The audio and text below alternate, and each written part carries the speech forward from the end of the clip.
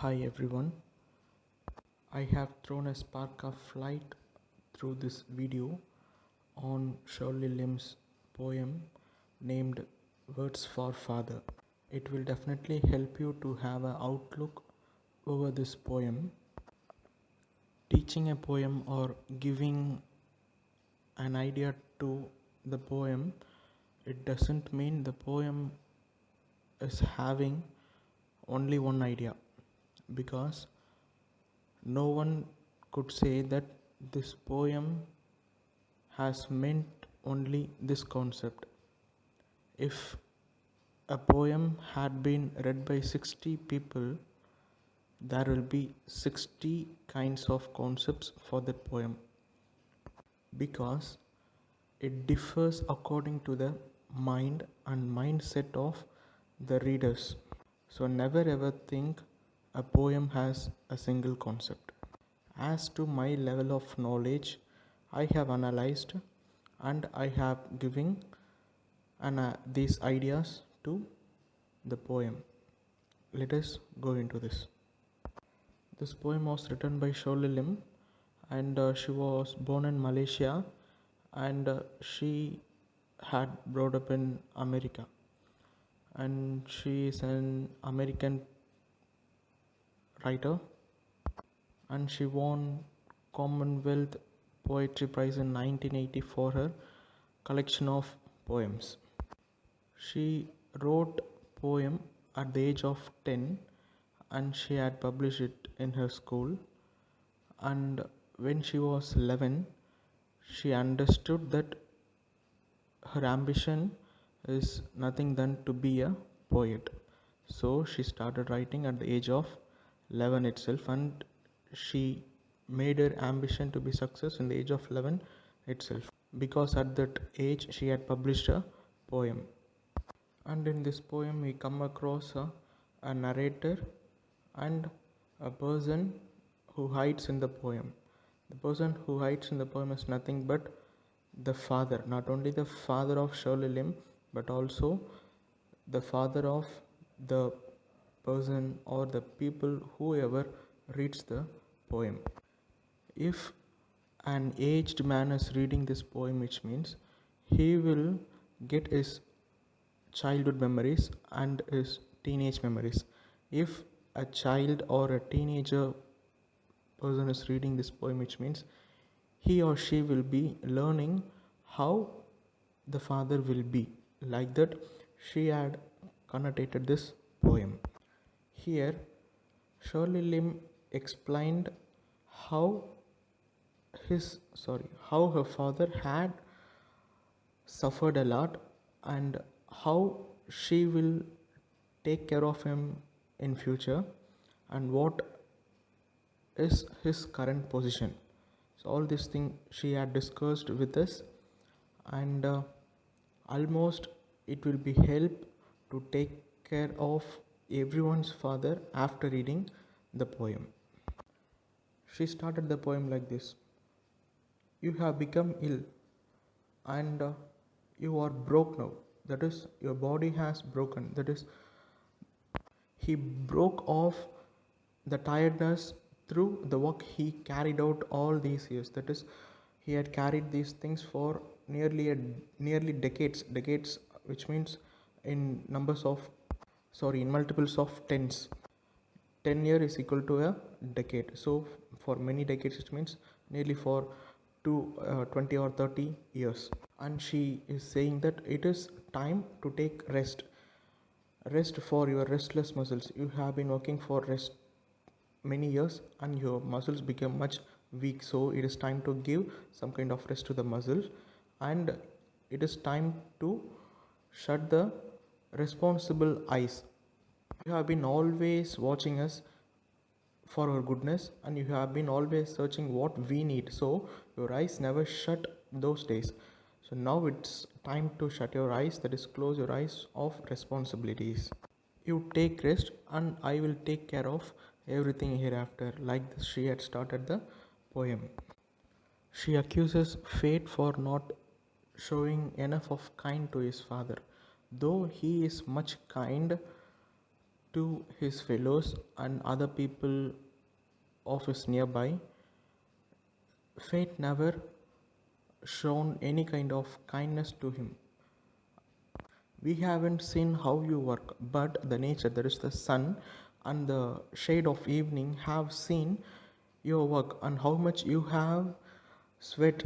All these things have seen, but the sun and the evenings have drained your life through the duties of responsibilities and the duties of work you had so far. So you have become much weak. So you take rest. I will take care. Like that, she has been narrating the poem, and she said, "You have come home to take rest, but you cannot take rest because you have always behind the duties and the work which you had on you, and you will be feeling more sleepy, but you will never sleep because the work which you had never made you to sleep. But now I will take care of everything. You just go and sleep. You just go and take rest. You just free yourself from all kinds of duties." Like this, Shirley Lim is saying to his own father, and he says to his readers also that take care of your father in his old age, like this, because he had taken you much care when you were very young. Like that, she continues to the poem. "You are married late, and we have born to an old father. This made my experience somewhat different from other children, because other children have been very much happy with their parents and they have been thinking about their age ideas. But I was not like that, because you were working very hard and I had followed your ways and I had followed your roots. I have come from your root, that is, root in the sense, tree of a root gets water from all the areas where the water flows. Like that, you have been getting work from all the areas and getting the ways of happiness for us where it flows. So like this, I too have changed like you, and I too started thinking like you. It made my roots dry in old age itself, sorry, in young age itself, so that the home was not enough of kindness to me. That is, the home doesn't show any kind of kindness to me. When the other children are playing in our home, I haven't go with them for play. I was thinking, where is my father? What he is doing now? Whether he will be worrying about the next day or whether he will be worrying about any other worries in his life. Like that, I will be thinking. So the home was not like a home to me, and no one knows that I was thinking like this, and I have left alone and no one have taken care of me. But now I am here for you. I will take care of you. Though I have told there is no one to take care of me in my home, you were there to care for. But I have think like a foolish child in that age, and that seems to be a very sin, very a big sin. And I was a rootless runner at that age. So she feels pity and she feels sad for the uh, memory she had.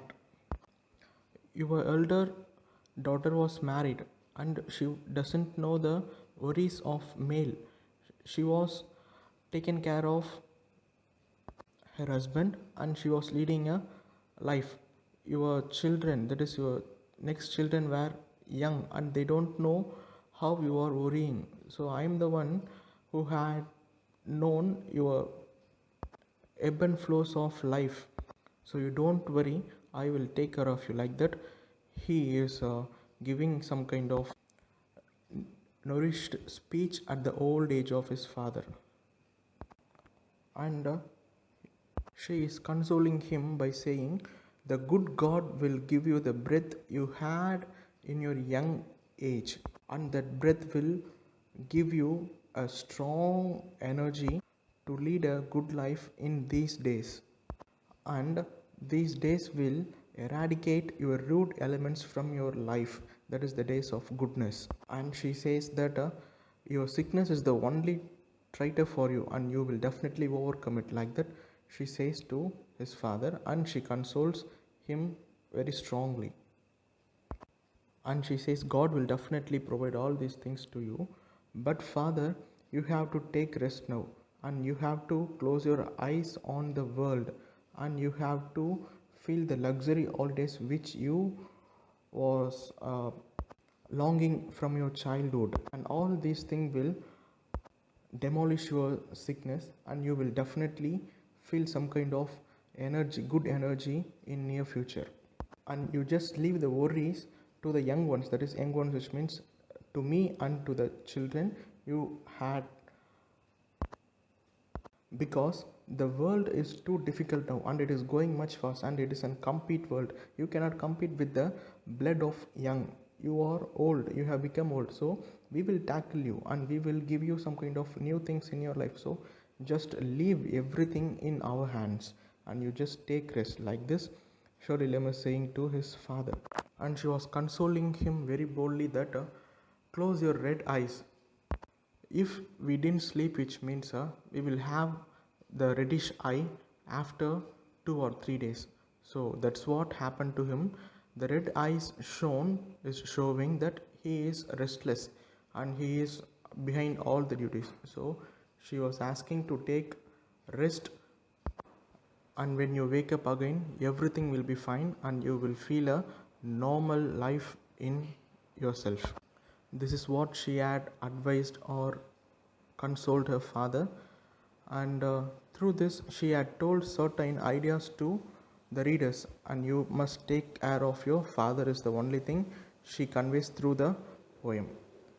Let us take care of our fathers. Thank you.